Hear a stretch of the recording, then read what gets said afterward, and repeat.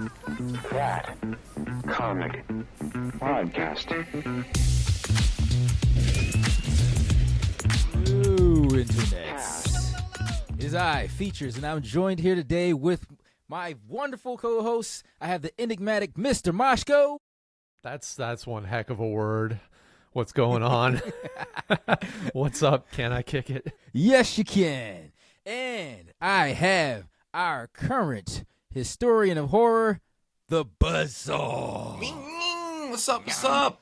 Good to see you guys on a nice Saturday. Yeah, it's good to see you guys. And we are gathered here today because we just had the dropping of Peacemaker Season 2, right?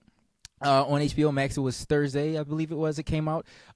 So debut episode of Season 2 of Peacemaker. I want to do a round table just to get a rating first to see where we all stand on it. We're jumping right into it. Oh, yeah. We're going straight into this. Yeah. I mean, well, at least not a rating, but how do we like it? Yeah. We haven't seen enough for a rating.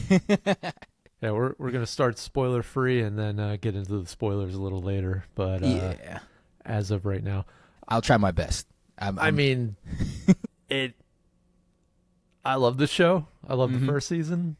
I love the first episode so far. Okay. There's not a lot of bad things I could say about this. Mm-hmm. There are a little couple details here and there, but I'm very pleased with the first episode. I'm really excited to see where this season goes. Okay. We doing stars? We doing we can do or... stars. We can do likes. Do stars. Speaking of, make sure you like this video and subscribe. Yeah.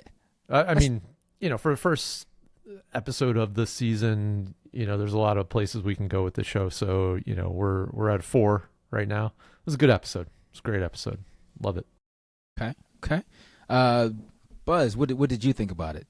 Dude, you can tell James Gunn is having fun with this. This guy he did Superman almost as like an obligation, and he's like right back into Peacemaker, like doing all the things that I think he does best, which is like character development and adventurous storylines, things that make you think, you know what I mean? And, it's interesting to see him like bring sort of C-level characters like to the forefront. And it's like, they don't have to be these like forgotten people.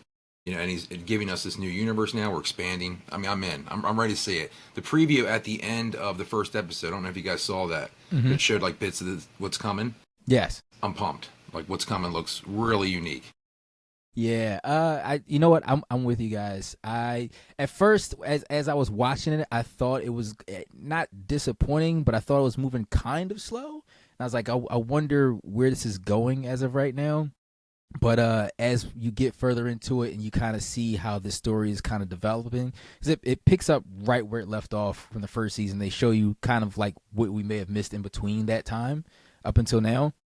But I definitely want to say that I agree with you, Buzz. James Gunn is doing a hell of a job with Peacemaker, and to see how much they've infused it into this new DCU canon is even more incredible from a couple of edits they made. Yeah, that was pretty cool. That's what was the retcon on the end episode for season 1. Yes. Wow. Yes. Just ballsy. You know what I mean? Just doing it like, hey, we're doing this. We're here now.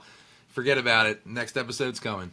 And you know what? I didn't catch it at first because I think at that point I was rather ensnared in the episode itself, so I didn't really notice it. And I was like, wait a second, I don't think they were all there the last time. Wasn't that the Justice League?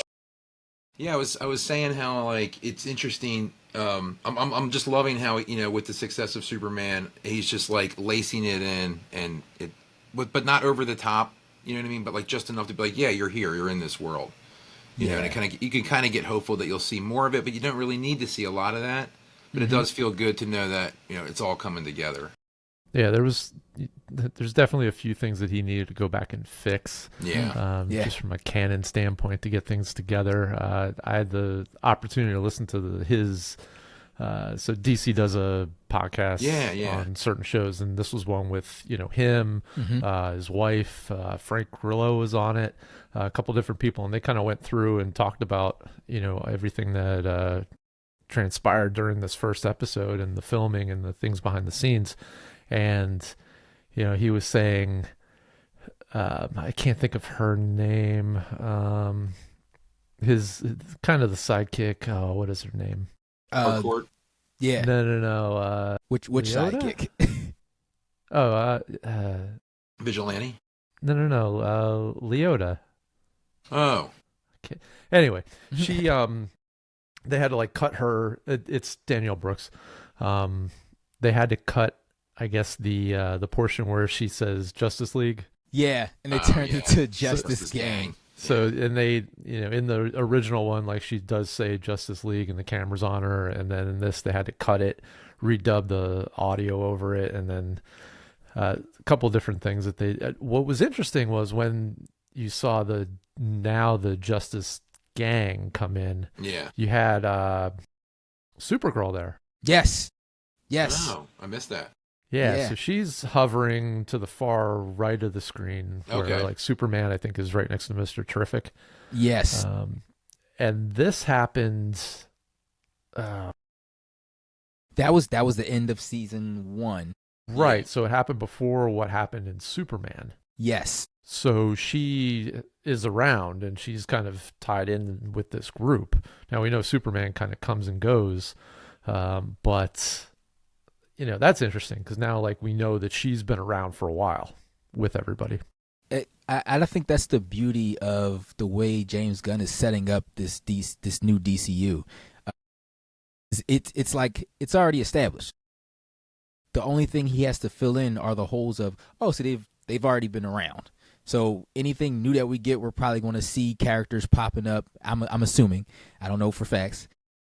We'll probably see them popping up and they're like, oh, this happened at this time, so this explains how they were there by this point. I'm totally okay with. I'm totally okay with that. And it begs the question too, how important is Peacemaker to this new DCU? That's a good question. I think it's important because it's it did well in ratings and it's like well received, and so that kind of like gives it importance first of all. And you don't have to know a whole lot about the character to like jump into the show as a fan. I'll be honest with you, when I talk to people about this stuff who are not like necessarily comic book people, they love Peacemaker. So that should prove that you're going like in the right direction, Yeah. And it's so funny that he has this uncanny ability to take, like you said, Buzz, a C or D level character and then make it into something extraordinary where everybody goes, oh, this is awesome. Like, yeah, he did this movie called Super like back in the day that was like, I think it was a Troma film or something independent, and it had like his brother in it and other stuff, but it was kind of like C-level superheroes and like their day-to-day life. So now here he is all these years later sort of working in the big time doing the same sort of thing. And he's good at it. I think when you mix the comedy in, with the superhero element, like that's been a win for a lot of characters like in the past. So Peacemaker's kind of doing it, for DC. And you know what? Honestly, I like James Gunn's style of writing with the infusion of it's not. I don't think it's over the top comedy. Like a lot of people, I've seen people saying like it's they're making too much fun or they're treating these like comedies, and I don't think that's the case. I think he's well placed comedic writing.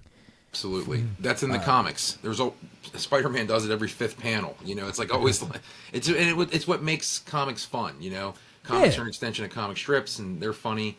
So it's not like you're not trying to like lampoon superheroes as much. You're just trying to like, it's obviously a very imaginative storyline. So there's got to be some humor in it to take the seriousness out of it. Yeah, right. If it fits the character, then it's appropriate. Right. And absolutely. Peacemaker's a jackass. Like it's yeah, he is. Yeah. There should be nothing but bits going on around him all the time. I agree. As a matter of fact, I think one of probably the funniest bit was this the first time we saw Maxwell Lord? It's the most we've seen him since the Superman movie. Yeah, where there was actually him having something to do. Yeah, that was a great scene. That was phenomenal. Yeah, phenomenal. I think that posed the tweet that or the message about if Maxwell Lord's going to be this evil villain, and he's going back to like the OG version, where it was a little more of a con man with a heart, but still someone you like weren't sure if you could trust, who's still trying to figure out his way in the universe. Hey, you know what? That's the vibe I get from him. He just seems like an asshole that was trying to do something good, but definitely some underlying intentions behind it all. But I think Sean Gunn's representation of him was pretty awesome.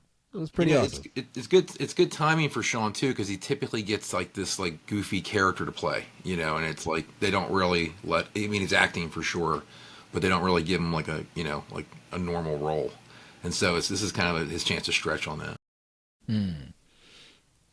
So one of the things I think DC has always been kind of like really, well, it's their thing. I think they're better at than Marvel at, and that's doing one-off stories in movies where they don't have to necessarily connect. And I think with the way that this episode goes, he starts going into his armory, which is in a pocket dimension. Mm-hmm. It kind of shows you like there is another way for them to kind of explain a multiverse. Maybe that's what it felt like to me. It's like the Monsters Inc. moment, where it's these doors and it like leads to everything else. I was like, yes. I'm like, where had I seen this before? Right. He said there's 99 other doors. Yeah. In that. Which I love, because like he did the thing that you need to be able to do with this type of universe stuff, is open the floor for just about anything to happen. Mm-hmm. Kind of like what Marvel does with the TVA.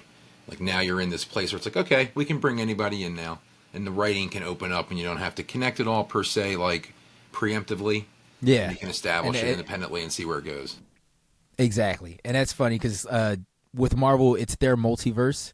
But with DC, it seems like they're just going to use the pocket dimensions to kind of explain how we're getting into different universes and finding different characters. That's what it seems like, and I think that's actually a pretty easy to use and awesome idea.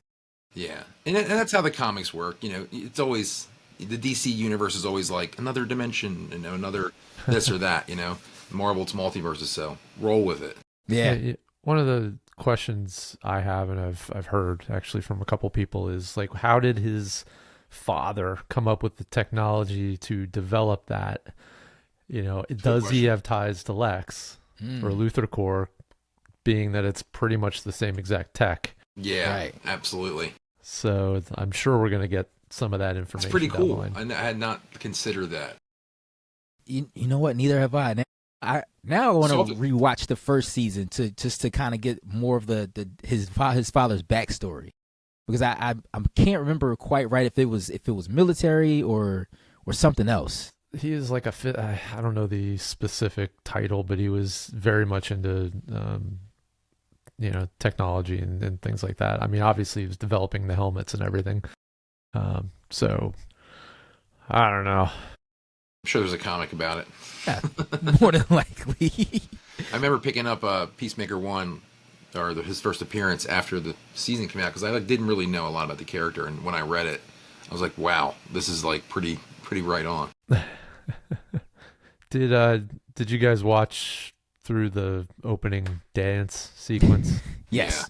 Yeah. I mean, I feel like it would be a crime to not watch that part. I'm a little over it, I have to admit. It's a new one, right? Done. It's like a new dance and a new song now. Yeah, it is. And I saw my favorite guy, Michael Rooker, was in there on the bottom. I can't wait for his character. Oh, yeah. I love that Rooker is back in a Gunn project again. That's like, to me, I'm like, all right, let's do it. I just want to say I love how serious all the actors take that musical opening, because they're all straight faced and just performing the moves all. Yeah, all the stuff Frank Grillo was saying about it was like, I can't believe I'm doing this. They said I did such a great job. I feel like I have 2 left feet. Fun fact: I think it was Alan Tudyk's wife choreographed it. Wow. I'm not 100% sure on that, but I think so. The internet can fact check me on it if they like. Put it in the comments. We'll bring that back up for Baby Huey next time. Yeah. just to kind of move things along, because there's a couple different things. How about the elephants in the room? Y'all want to discuss that crazy scene that apparently the party scene, I guess you're calling it. I'm usually all for this stuff. I gotta admit, I'm good for gratuitous anything, but this one felt a little like, why is this even here? I think it went on a little too long. You know what I mean? Yeah. Like, I think it's hilarious. I wouldn't take it out, but I'm like, okay, all right, well, there's another. Yep, now we're seeing it through this window. It's like, yeah. I mean, I get it. It's absolutely. I could see it was the happening length. for him. It was definitely the length. It was the length. It was the length. Yeah. No, I agree. And the lack thereof. As I was watching it, because it's funny because that scene happens to you, you don't expect it at all. Yeah, like a freight train for sure. Oh, yeah, it almost felt like you were on that coke binge with Peacemaker. I was like, I mean, he was setting it up. Yeah, it's crazy. I saw a couple different comments about, you want to talk about the most awkward moment when I was sitting there with my 13-year-old kid getting ready to watch the show, and how many minutes in, like, maybe a warning, Yeah. A little disclaimer in the beginning, there's some stuff happening. I think a lot of people might be jumping in with this episode and not watching the first season. Yeah. I think a lot of people, from what I'm seeing, did not see the first season. And it's weird. It's they're coming off of Superman. Yeah. Pretty wholesome movie. Mm-hmm. Very wholesome movie. This is tied into it, and that's what they got. Wow. You know what I think? I think too, like, if you've seen the first season of Peacemaker, you kind of went into it. You know what you're in for. I think so. Kinda, this sort was of. a little. It revs you up into what it's going to be. And so if you're jumping into this new one off of the back of Superman through advertising, like that was a mistake. Yeah. That was a mistake and a half. I didn't even consider that anyone would be in that situation because I saw season 1. Right. You know what I mean? It's the same thing with Deadpool. It wasn't like the Deadpool 1 was like vilely R, and then like 2 became like more tame, right? Yeah. Yeah. You throw a Game of Thrones scene in the middle of Peacemaker, and Yeah, right. you expect it from Game of Thrones.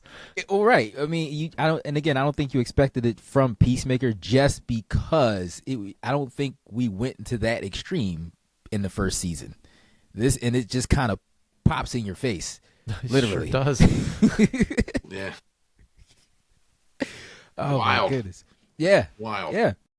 So, other thing I wanted to ask you guys about, if you've noticed this, that the the themes of James Gunn's writing, it seems like a lot of it's coming off very family oriented, or at least having to deal with father-son relationships.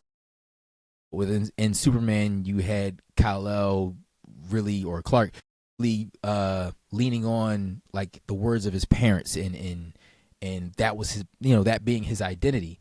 And then with Peacemaker, we find him dealing with what looks to be like a lot of unresolved feelings with his father and his brother.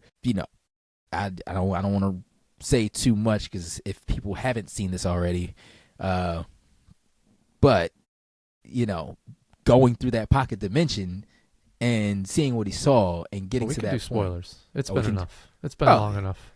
All right, so spoilers from here on out. Even though we said a couple things that could be spoiler. Actually, no, we didn't. No, not really. Not really. I like to talk about scenes specifically, so yeah, we need to talk about that because you're definitely onto something. Like there's always that human aspect and relationships that he puts into everything that he writes, and that's what makes it good. Yes. Yeah, grounds it, and it's not enjoyable as a superhero product if it doesn't have that stuff in it. And so he always puts animals in stuff too. Yeah, he's smart with that. And obviously, Peacemaker's father's back and is a different version of him. Yes. So, you were mentioning the father clip. It's a running theme. I think you look at Peter Parker too. It's like a running theme in comics in general, and in life. So, and I think it's like, again, like Mash is saying with the human element. It's a common human element, so it works. People get that. It connects you to the character. Yeah, and it's definitely I felt it a little bit, like, because I don't have like the greatest relationship with my dad, but sometimes you'll go back thinking like, hey, I I want it to be something better. And then him having the opportunity to at least see that, since something that he's missing, it kind of opens up the door of like we said, I really want to see what happens next with this. And yeah, I mean, it's interesting too, because if I was Peacemaker, right, if I was in that position and I had that relationship with my father, that would be the potential of the pocket dimension. That would be the ultimate potential to get what is lost, not so much as finding something new. And that's going to that's anchoring him into that other dimension. Obviously, in those clips of the future episodes where he's like going with it. You know? Yeah. I think, and Buzz, you shared an article earlier about how I guess people who get this stuff early, the so-called reviewers and critics out there. I use so-called because that's what they are so-called to do. Self-proclaimed. Proclaimed.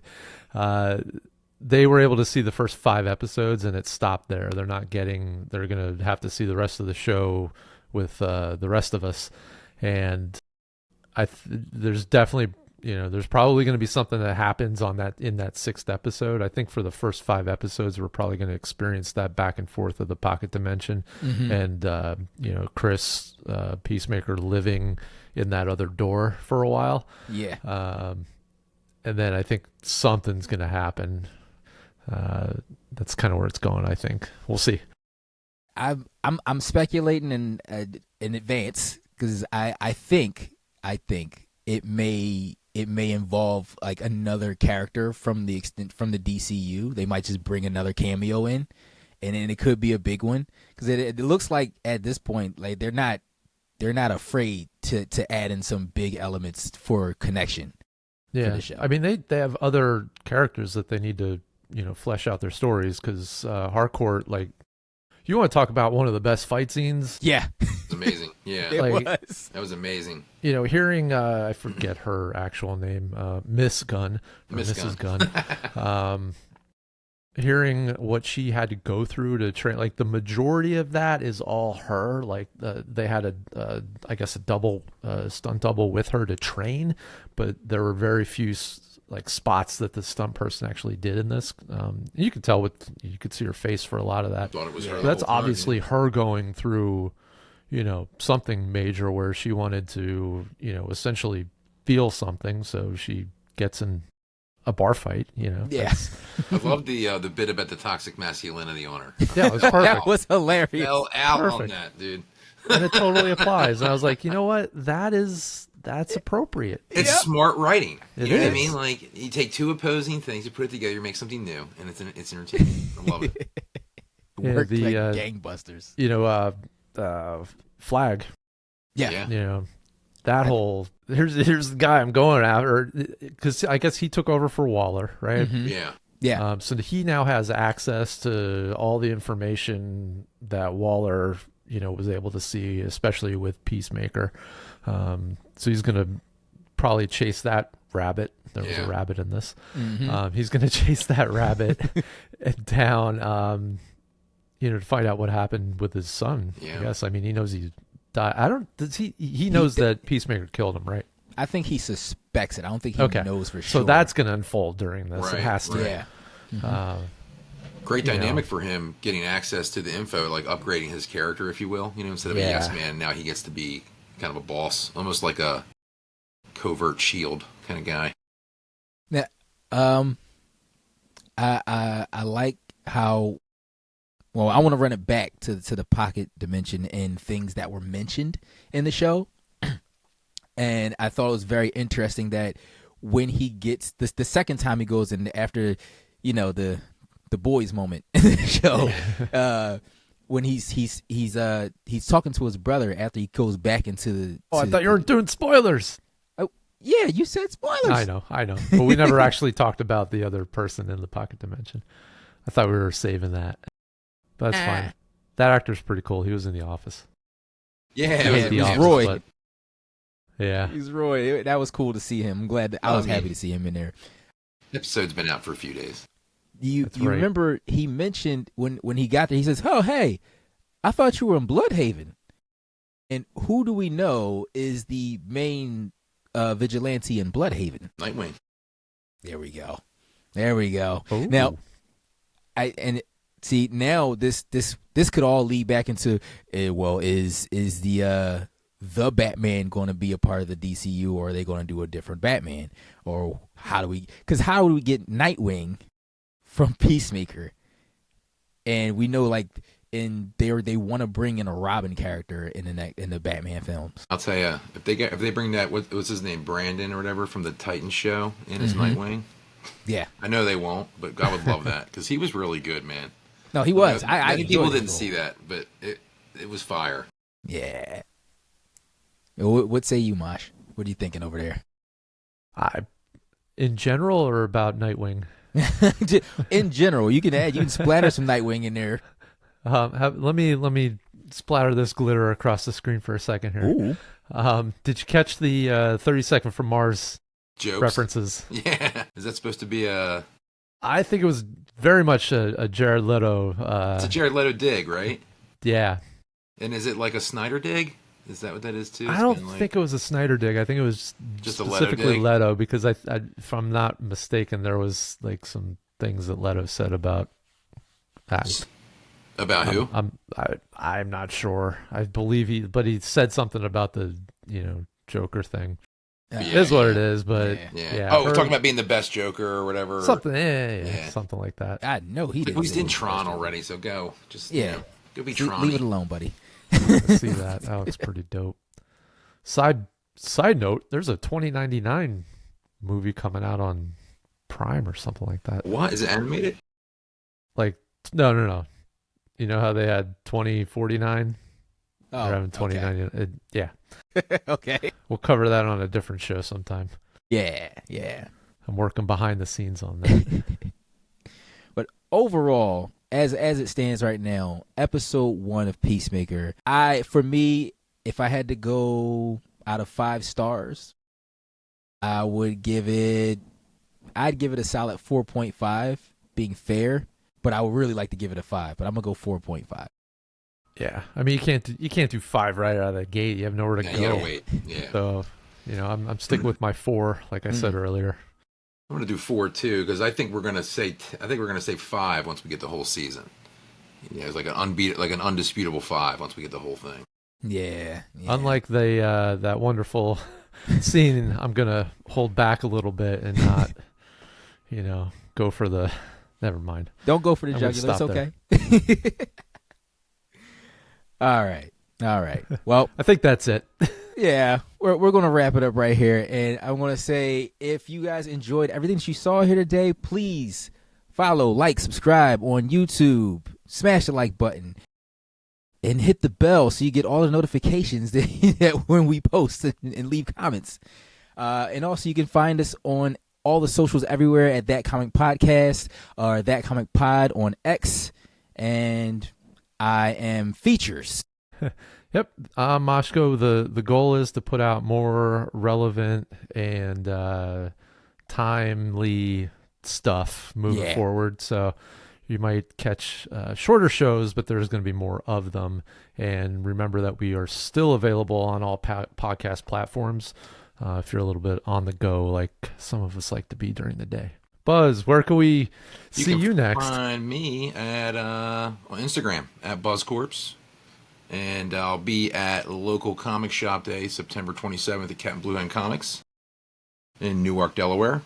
And I'm loving the new bite-sized versions of what we're doing here. We're bite-sized. I was trying to pull a joke in there, but it just wasn't happening. So good. Doing the 5 meals a day instead of 3. And also, folks, don't forget, if you're into those custom art covers that you see us posting on our socials, that is Buzz. Slide in his DMs. Talk to him. He'll hook you up. All kinds of blanks. I take all kinds of requests. Let's make something. Awesome. See you next time. That's that.